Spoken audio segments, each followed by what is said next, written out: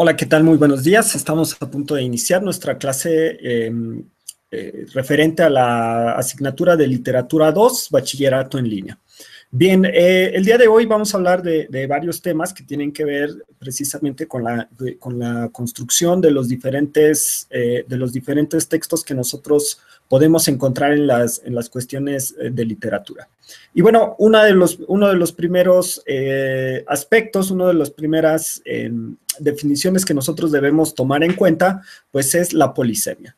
¿Qué es la polisemia? Bueno, pues la polisemia la vamos a definir como la pluralidad de significados de una palabra. ¿De qué estamos hablando? ¿Qué queremos decir con esto? Bueno, pues que las palabras polisémicas van a tener varios significados según el acto de comunicación en donde sean empleados. Esto quiere decir que el significado depende del conjunto de palabras que acompañan y precisan su significado, de la situación o conjunto de circunstancias que rodean al acto comunicativo y, por supuesto, de todo lo que tiene que ver con la precisión en relación al léxico. Por supuesto, esto tiene que ver y tiene que aplicarse en las expresiones en las diferentes situaciones. Entonces, vamos a ver que en esta cuestión de la polisemia o de las palabras polisémicas se van a utilizar dos vertientes, una denotativa y una connotativa, que a continuación vamos a explicar. Bien, ¿cómo es que nosotros podemos distinguir entre estas palabras? Vamos a poner varios ejemplos, ¿no? Vamos a plantear, ¿no?, la palabra inclinación, ¿no? Entonces, la palabra inclinación, decía nuestro significado de palabra, de polisemia, va a tener distintos significados. ¿Qué quiere decir esto? Va a decir, o quiere decir, que la palabra inclinación la podemos utilizar en varias situaciones que no necesariamente tienen que ver con, con lo mismo, ¿no? Por ejemplo, ¿no? La pendiente tiene una inclinación de 20 grados, ¿no? La pendiente tiene una inclinación de 20 grados. En este caso, pues estamos hablando de que esa frase, la pendiente tiene una inclinación de 20 grados, estamos hablando de geometría, ¿no? Estamos hablando de una cuestión de geometría. Entonces, estamos hablando de cosas que podemos medir con nuestro transportador, ¿no? Estamos hablando de ingeniería, de matemáticas, de geometría, etcétera, etcétera. ¿Qué pasa si nosotros cambiamos el ejemplo y decimos lo siguiente? El corazón de ese hombre se inclinó a la sensualidad de una mujer. Entonces, ahí estamos hablando de que el término inclinación lo estamos vinculando al significado de preferencia, ¿no? Lo mismo daría, ¿no? Si yo les preguntara, ¿no? En algún momento les preguntara, ¿qué helado prefieres? ¿No? ¿O qué helado quieres? ¿Chocolate o vainilla?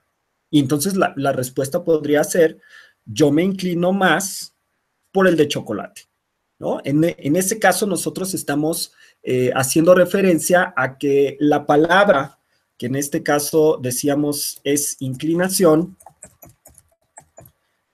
pues tiene que ver precisamente con preferencia, tiene que ver con geometría,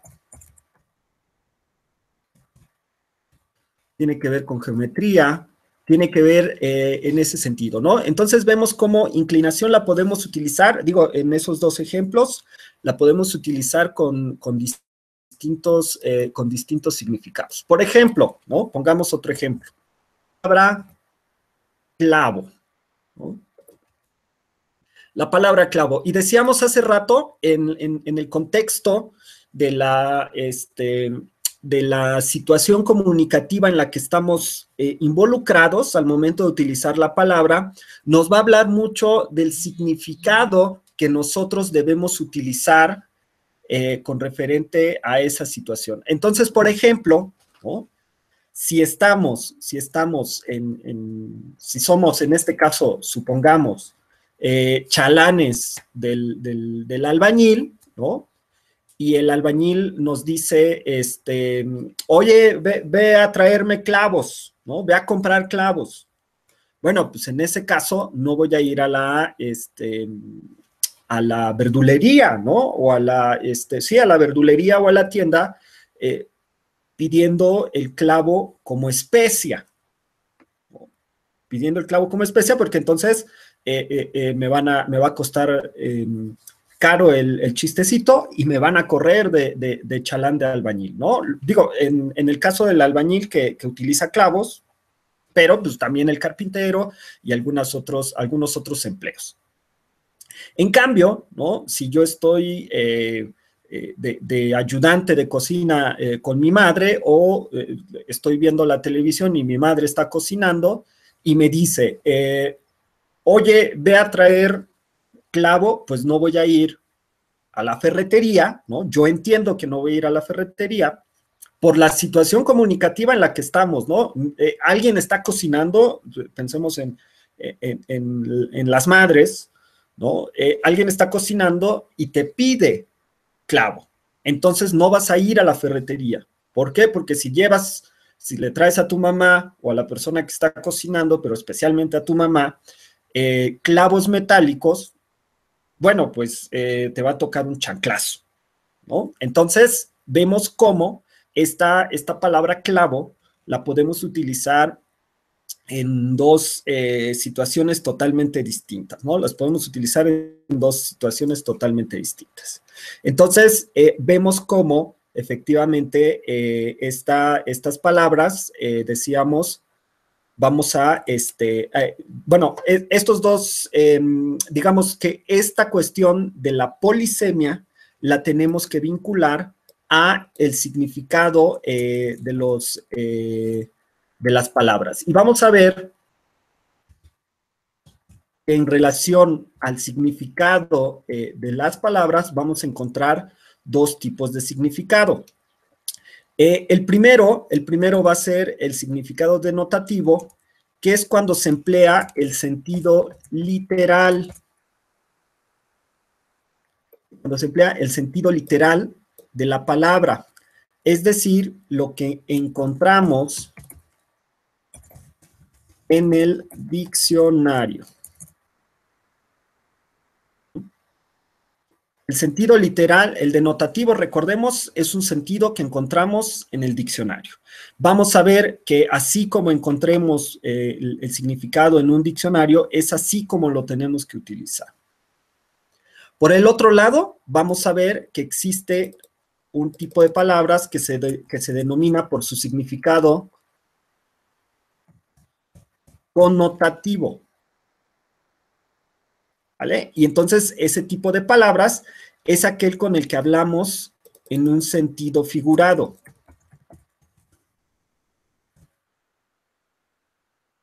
Ojo, cuando decíamos denotativo, decíamos un sentido literal. Cuando hablamos del connotativo, estamos hablando de un significado figurado, un sentido figurado. Entonces, no necesariamente es un significado que no necesariamente vamos a encontrar en el diccionario y no lo vamos a encontrar en el diccionario porque tiene su carácter, digamos que de manera emocional, ¿no? Que es una cuestión expresiva.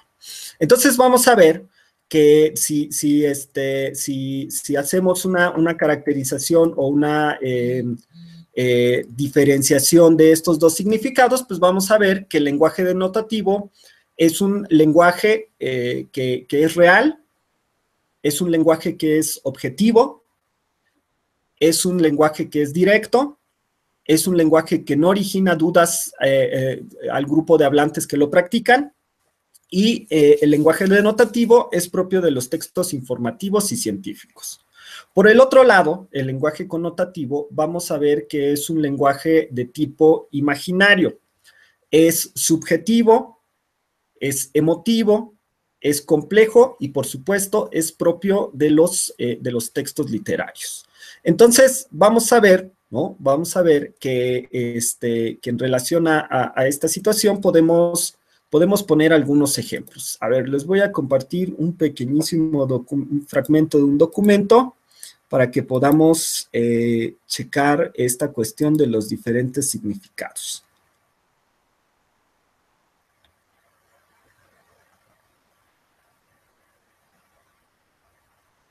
Bien, a ver.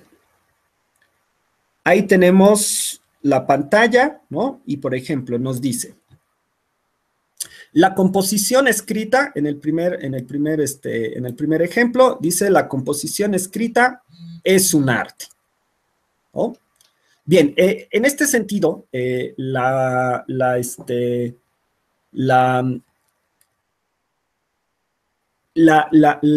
enunciado, la oración, no nos genera ninguna duda, ¿no? Decíamos hace rato, el lenguaje denotativo no presenta ninguna duda. Y, ¿no? Aquí nos está haciendo una distinción, ¿no? La composición escrita es un arte. Ahí no se genera ninguna duda, es real y demás. Bien.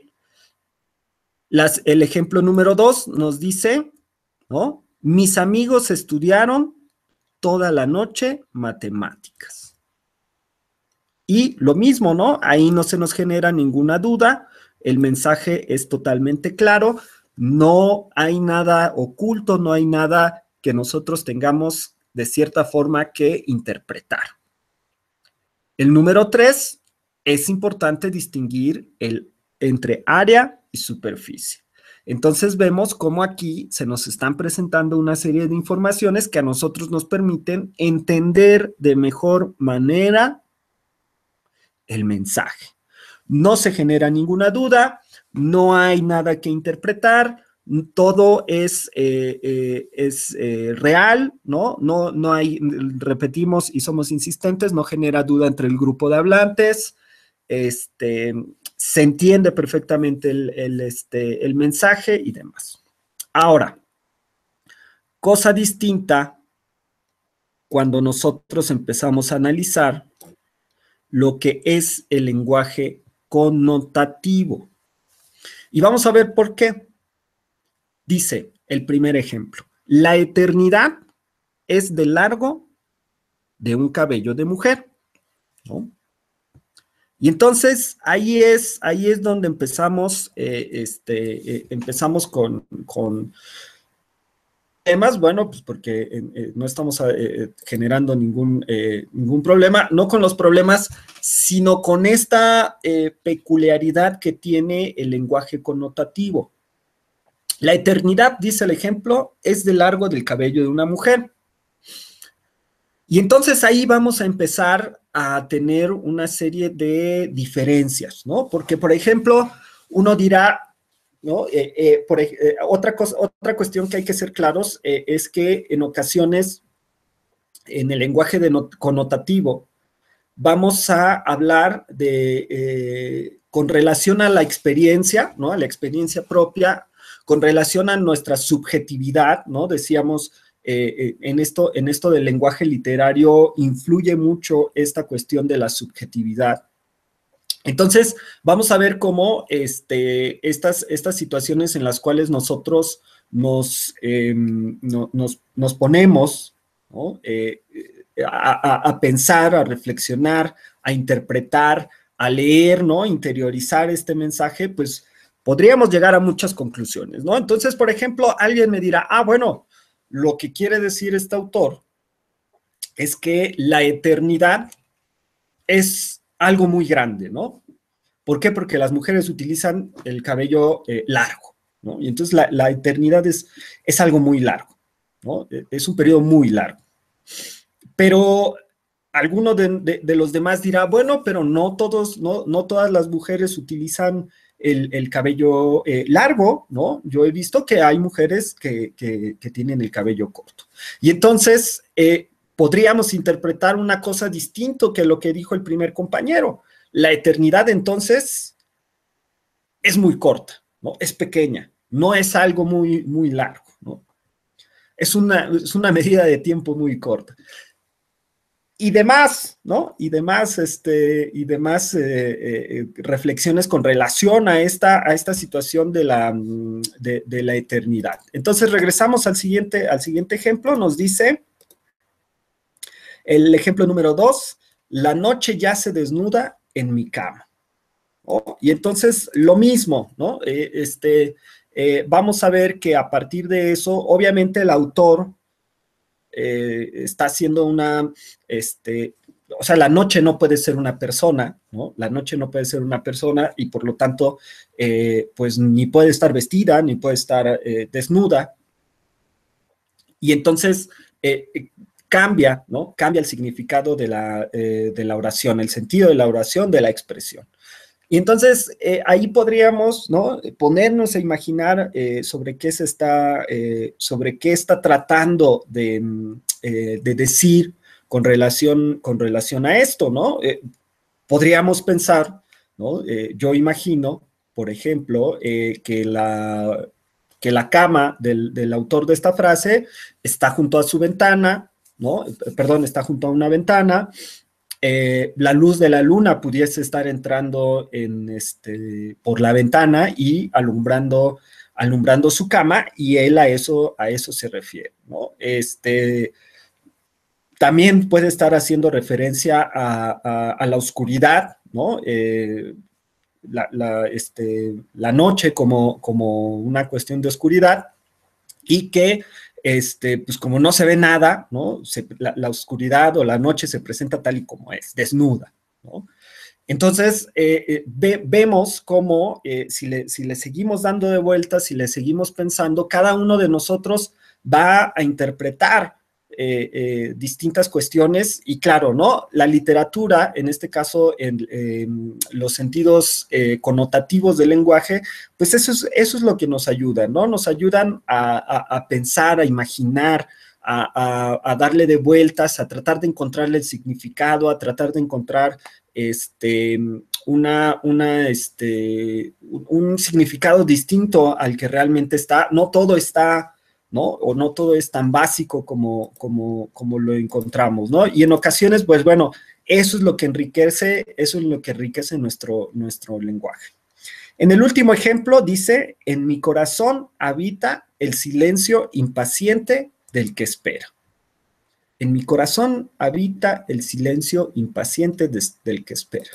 Y ahí en ese texto tendríamos que hacernos varias preguntas, ¿no?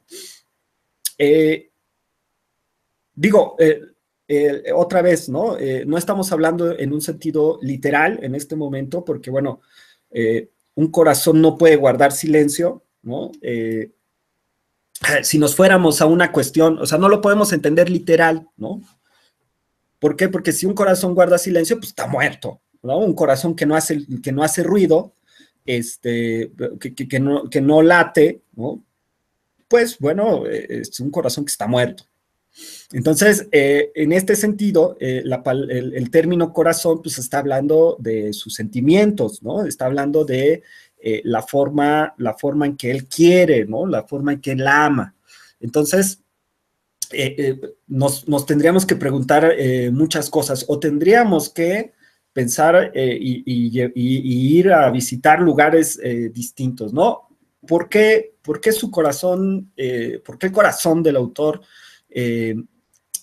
habita el silencio, ¿no? O sea, ¿por qué se calla algo, ¿no? Porque al final esta cuestión de en mi corazón habita el silencio es porque él está guardando sus sentimientos, él está guardando pues su cariño, ¿no? Su amor, y no lo está sacando al exterior. Lo que tendríamos que preguntarnos es por qué, ¿no? Podría ser una buena pregunta, ¿no? A partir de estos textos connotativos.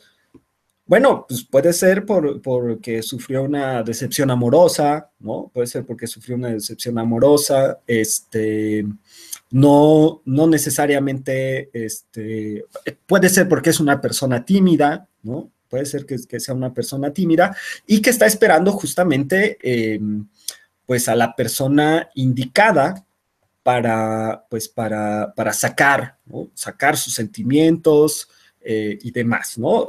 Puede ser, por ejemplo, que esté en un momento inadecuado, es decir, que tenga a la persona amada, objeto del deseo y del amor, junto, pero puede ser que estén en una situación pues complicada, ¿no? ¿Qué tal que ella o él tiene novio, ¿no? Lo cual entraría en una complicación bastante importante, y por eso su corazón guarda silencio, y por eso su corazón eh, espera, ¿no? Está esperando el momento adecuado para salir y hacer lo que debiese hacer, ¿no? Entonces, vean, ¿no? Vean cómo a partir de una oración connotativa, con palabras con significados connotativos, nosotros podemos empezar a pensar, a empezar a reflexionar, empezar a plantear, ¿no? Una serie de significados, una serie de situaciones que podrían estar sucediendo con relación al texto que nosotros estamos, al texto que estamos trabajando, ¿no? Entonces, de eso se trata, ¿no? De eso se trata esta cuestión de los textos.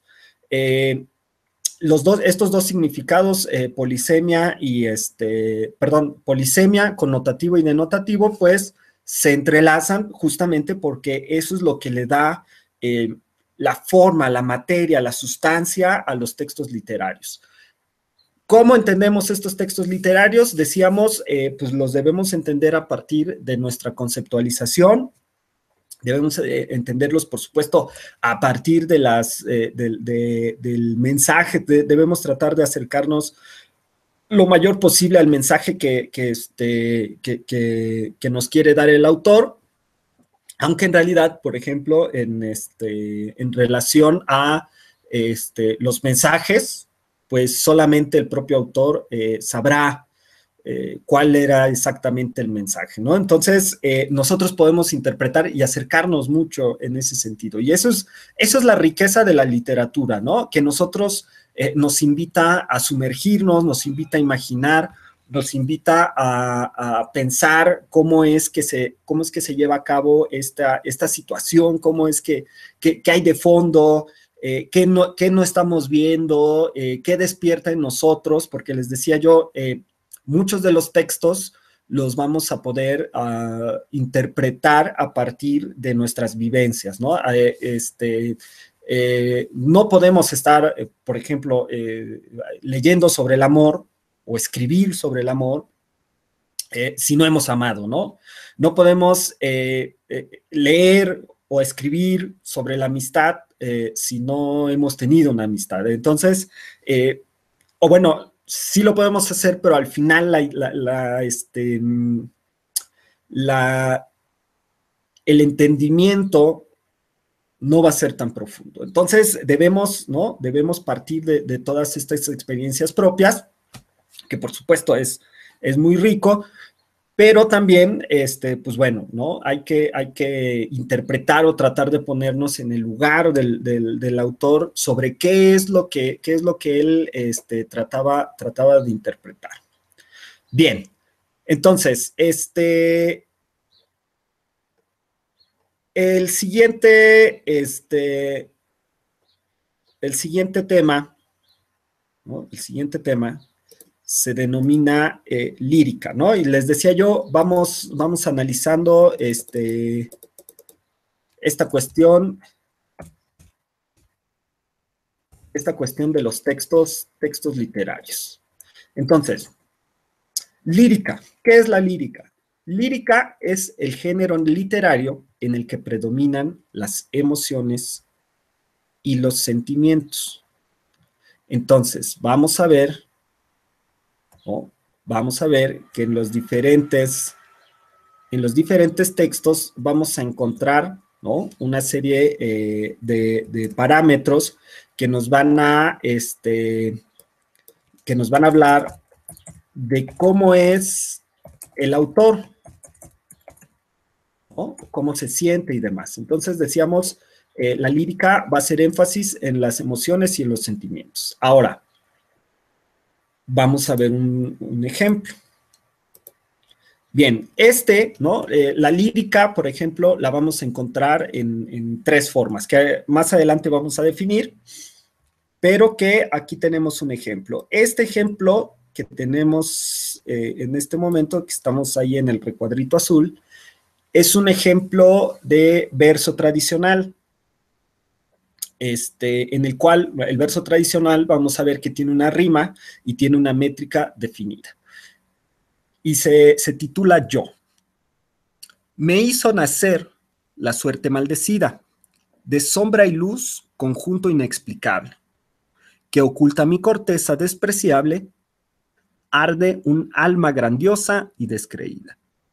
Llevo en mi frente, do la audacia anidad, un mundo de ilusiones impalpable, soy, en fin, un misterio impenetrable, que me agito en el suelo de la vida, por el cielo a sufrir predestinado, me llena el mundo de ponzoña y duelo, mas yo siempre orgulloso y resignado, contra mi propia pena me rebelo, y en cada golpe al mundo malhadado doy mi desprecio y mi perdón al cielo. Este poema, decíamos, lleva un ritmo, ¿no? Un ritmo y una métrica definida. Más adelante vamos a ver a qué nos referimos con verso y rima y métrica y esas cuestiones. Y el siguiente que vamos a ver es un poema de verso libre, ¿no? Y el verso libre no tiene ni métrica, ni rima, ni nada. Este se titula Los pájaros. Y dice, el niño ensaya a caminar en el trigo. Un poco más allá, los pájaros picotean sembradíos de avena. Los padres observan la escena. Yo le digo a mi mujer que tengo sueño. Ella me da una cerveza y se ríe. Los pájaros están en la memoria, dice. Bien, ¿no? Entonces vemos cómo existe una diferencia entre el verso tradicional, ¿no? El verso tradicional, el verso libre, ¿no? Y a continuación vamos a ver, a ver, ponemos verso tradicional, verso libre, y el último que vamos a ver es lo que se denomina prosa poética.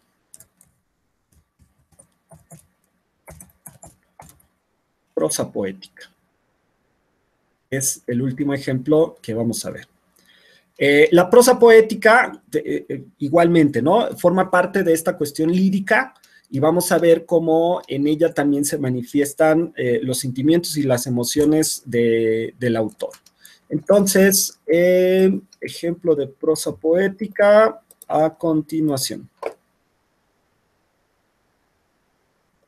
Bien, este es un fragmento del señor Jaime Sabines, por supuesto, ¿no?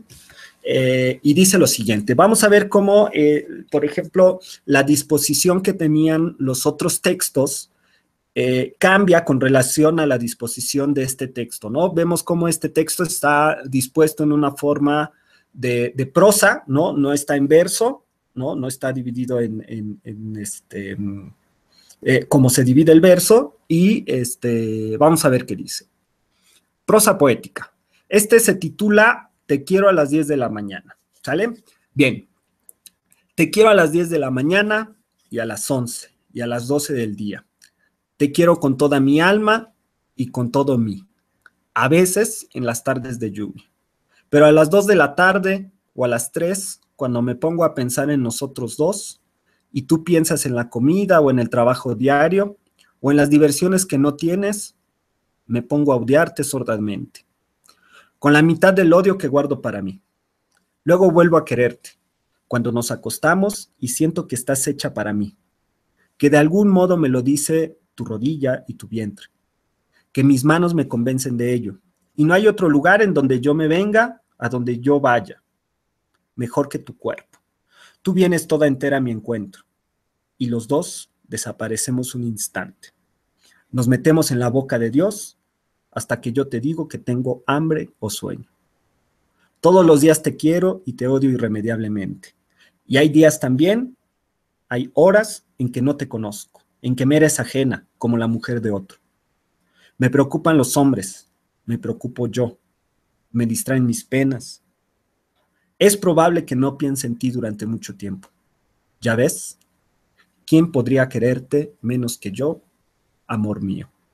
Bien, Jaime Sabines, ¿no? Entonces, aquí el maestro Sabines nos presenta un fragmento de texto, de prosa poética, un ejemplo de prosa poética.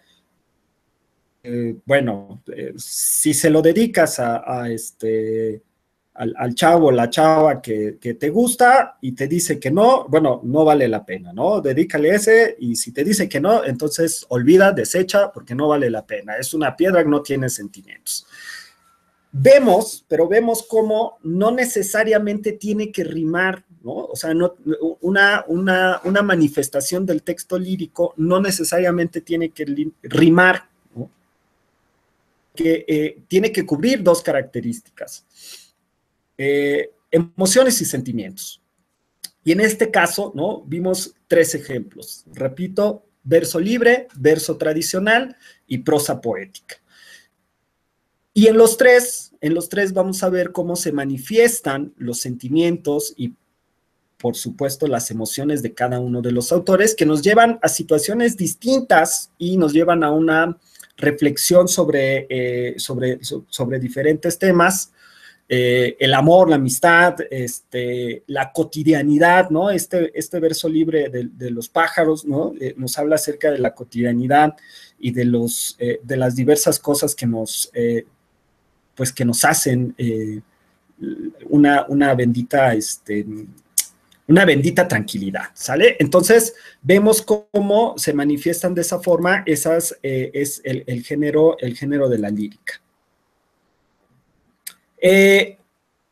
Vamos entonces a entrar de lleno con el tema del verso y la métrica. Entonces ponemos verso. Bien, ¿qué es el verso? Se llama verso al lenguaje sometido a un ritmo determinado, que se repite con regularidad. También se denomina verso a cada una de las líneas sucesivas en que se dispone por escrito un poema.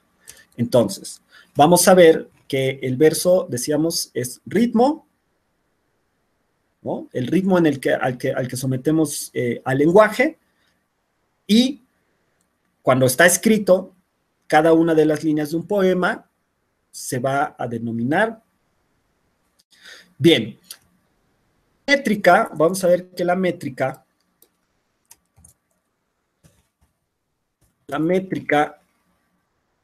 la vamos a definir como el análisis de los elementos de un verso. Y por supuesto, para realizar el análisis de un verso, nosotros debemos tomar en cuenta los siguientes elementos. A ver, volvemos a poner métrica y vamos a ver los elementos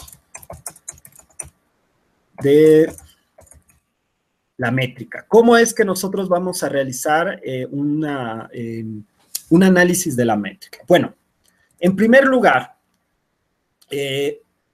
debemos tomar en cuenta el número de sílabas. Claro, ¿no? En este caso estamos hablando de que para el idioma español, para el habla hispana, estas son las reglas que se aplican. Por supuesto, en otros idiomas pues, se aplican otro tipo de reglas similares, ¿no? Pero que en este caso, bueno, pues como nosotros somos de de habla hispana, bueno, pues tenemos que ver esta cuestión. Número de sílabas. Las sílabas de un verso se cuentan por el número de sílabas gramaticales. Es decir, cuando nosotros hacemos un análisis de la métrica de un verso, tenemos que contar las sílabas gramaticales que nosotros vamos a ir encontrando en cada línea, ¿no? Entonces, vamos a contar el número de sílabas y al final del verso vamos a poner el número de sílabas. Bien. Ahora, perdón.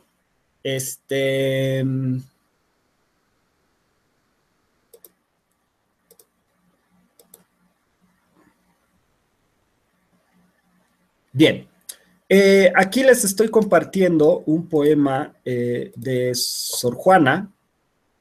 Les voy a dejar el link allá arriba, perdón, en la página, ¿no? En la plataforma. Este sitio es un sitio buenísimo en el cual yo a veces baso y saco mucho material para las clases de literatura. Se llama Poemas del Alma, ¿no? Y entonces podemos encontrar muchos poetas. Por supuesto, aquí están como los más, pues los más buscados, ¿no? Los más buscados, porque no son todos los poetas. Y bueno, en este caso estamos retomando, bueno, la página se llama Poemas del Alma, poemasdelalma.com.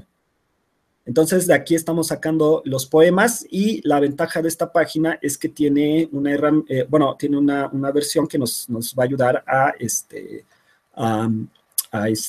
analizar ejemplificar algunas de las cosas que les estaba yo diciendo. Entonces, vamos a ver, ¿no? Que en este caso, pues estamos retomando un poema de Sor Juanita.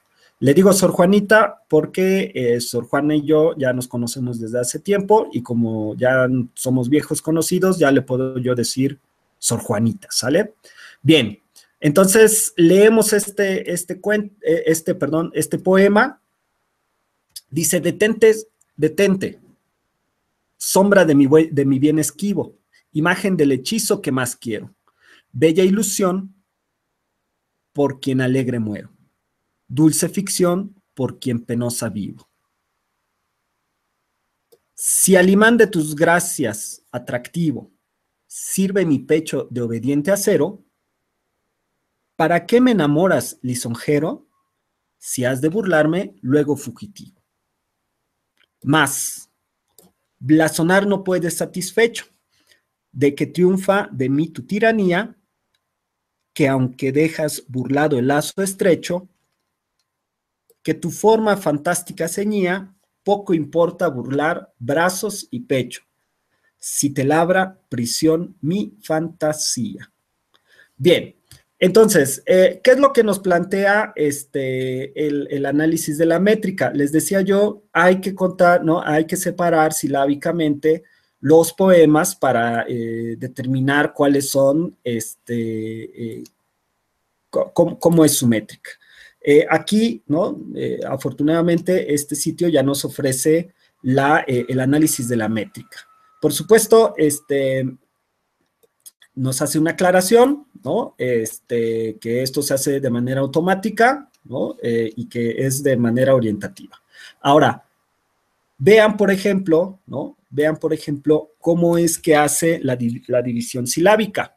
¿Cómo hace la división silábica? Bueno, pues las hace por sílabas, ¿no? Entonces ahí cuenta.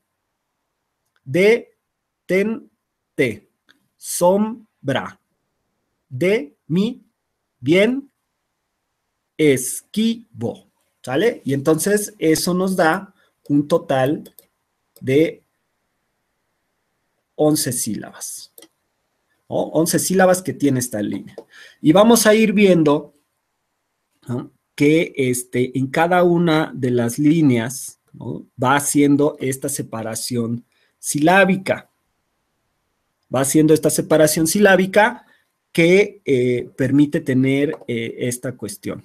Ahora, noten que en esta línea, ¿no? Ve ya y, ¿no? Ilusión, ¿no? ¿Ya vieron lo que hizo aquí?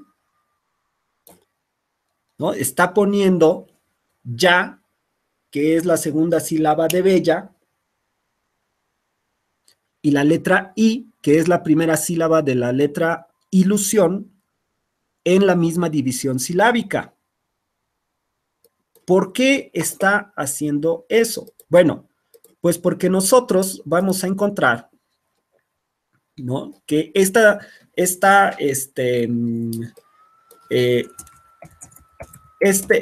contar, ¿no?, contar estas sílabas, las vamos a, es decir, vamos a contar las sílabas tal y como se divide silábicamente las palabras, ¿sale? Exceptuando cuando encontramos este fenómeno que les acabo de mencionar, y ese fenómeno se denomina sinalefa. Vamos a definir a la sinalefa. Bueno, la sinalefa la vamos a definir como la unión de la última vocal de una palabra con la primera de la siguiente palabra en una sola sílaba. ¿Qué quiere decir eso? Ah, bueno, pues quiere decir que, como en el ejemplo que acabamos de ver, regresamos al ejemplo, bella termina, la sílaba, o sea, bella se divide en dos sílabas, bella. Esta segunda sílaba termina en A. Y entonces lo que vamos a ver es que esta división, ¿no?, ilusión, se divide en ilusión. Son tres sílabas. La primera es la letra I. Entonces lo que nosotros tenemos que hacer es precisamente unirlas, ¿no? Meterlas en la misma sílaba. Ahora, y bueno, esa se cuenta como una. Si ustedes lo cuentan, si lo separáramos como normalmente se hace, serían 12 sílabas. Bien, y así tenemos que ir haciendo en todas y cada una de las líneas. Vean cómo, por ejemplo, aquí, ¿no? Aquí nosotros vemos como si al, ¿no? Si al, hay otra sinalefa, ¿no? Hay otra sinalefa y suma 11 sílabas. En esta línea vamos a ver que solamente aquí, ¿no? Perdón, ahí D-O y T-A, ¿no? Ahí se presenta otra sinalefa. En la siguiente línea vamos a ver que la sinalefa se presenta aquí, ¿no? Y hace la división. En este caso, por ejemplo, vean que como estamos hablando de sonidos, ¿no?, en esta regla de las sinalefas, pues si tiene H y hay una vocal, entonces se aplica igual la regla de la sinalefa, ¿no? Entonces vemos como aquí lo une en una sola sílaba. Ahora,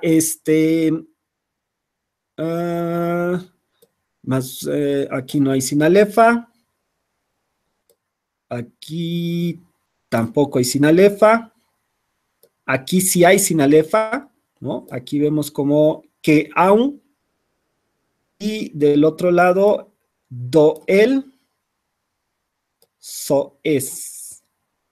¿Sale? Ahí vemos como las sinalefas y forman 11 sílabas. ¿Dónde hay más sinalefas? Señía, poco importa. Y ya, ¿sale? Entonces, en esta cuestión, ¿no?, eso es lo que se hace en el análisis de la sinalefa, ¿no? En el análisis de la métrica. Eso es lo que se toma en cuenta. Número de sílabas y las sinalefas. Entonces ya se cuenta al final, ¿no?, el número de sílabas. Y, por ejemplo, tendríamos que poner en otra columna, pues, las sinalefas. ¿Cuántas sinalefas hay? Una, dos, etcétera, etcétera. Entonces, en ese sentido, pues ese es, digamos que, el análisis de la métrica de los textos. Ahora, vamos a ver que ¿no? Otro aspecto que nosotros debemos tomar en cuenta es el acento. El acento es fundamental en la versificación, pues su colocación influye en la estructura y medida del verso, ya que con solo variarla desaparece por completo esta y su armonía. El acento rítmico es el que une los diversos vocablos en una frase entre sí y coincide siempre con un acento prosódico. Se distingue su mayor intensidad con respecto a los demás acentos prosódicos de la frase.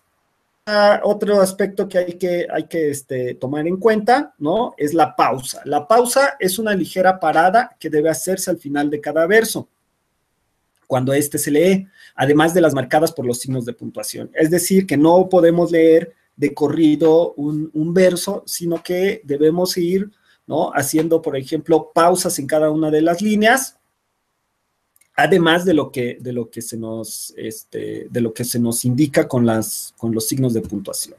Y por último, ¿no? La rima. La rima es la igualdad o semejanza de sonidos que tienen una palabra a partir de la última vocal acentuada. Entonces vamos a ver, ¿no? Vamos a ver que las distintas palabras van a estar acentuadas, van a estar rimando, ¿no? Van a estar rimando en distintas formas. Y vamos a verlo aquí en el ejemplo anterior. Vamos a volver al poema. Bien. La rima, ¿no? La rima, vamos a ver que se va a presentar de la siguiente forma. Por ejemplo, esquivo y vivo. Quiero y muero. ¿Sale? Entonces, por ejemplo, en un análisis de la rima, pues nosotros tendríamos que asignar una letra A para esquivo, una letra A para vivo, una letra B para quiero y una letra B para muero. Una letra A para atractivo, una letra A para fugitivo y otra vez B, B. Aquí satisfecho, C, estrecho, C. Tiranía, D, y ceñía, D. Y aquí pecho tendría que ir con C. ¿Vale? Bien, ahora, hay que tomar en cuenta, por ejemplo, que